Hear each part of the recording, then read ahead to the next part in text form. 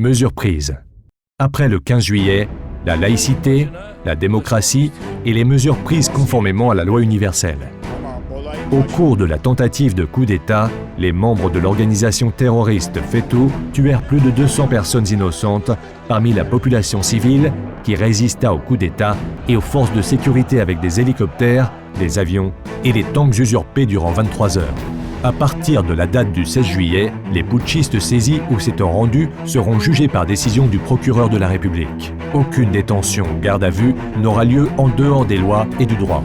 La mise en accusation de certains procureurs, des juges et des magistrats dans tous les mécanismes judiciaires et la destitution de ces derniers sera effectuée conformément à la loi suite à la demande du procureur autorisé. La destitution des recteurs, des doyens et des académiciens identifiés comme membres de l'organisation terroriste FETÖ ou la révocation de ces derniers eut lieu à la fin des enquêtes réalisées dans le cadre des institutions compétentes et des règles du droit par des institutions autorisées. Les établissements d'enseignement privés étant sous contrôle de l'organisation terroriste FETÖ et constituant en même temps une grande partie des sources de revenus de l'organisation furent transférés au ministère de l'Éducation et furent réouverts pour le service public. Ces mises en application furent exécutées conformément aux lois.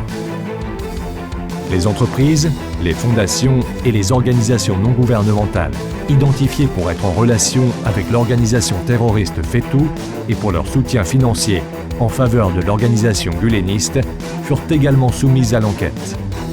Au 20 juillet, le gouvernement déclara l'état d'urgence pendant 3 mois suite à la recommandation du Conseil de sécurité nationale.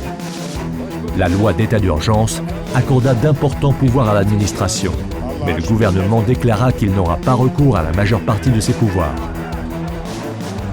Il ne s'agit pas de restriction de l'espace, de diminution de liberté, de violation des droits de l'homme. Le gouvernement souligna qu'il n'interviendra point dans le domaine économique. Les citoyens ne seront point touchés au quotidien par la décision de l'état d'urgence. Milletimizle beraber büyük bir belayı Allah'a şükür def ettik.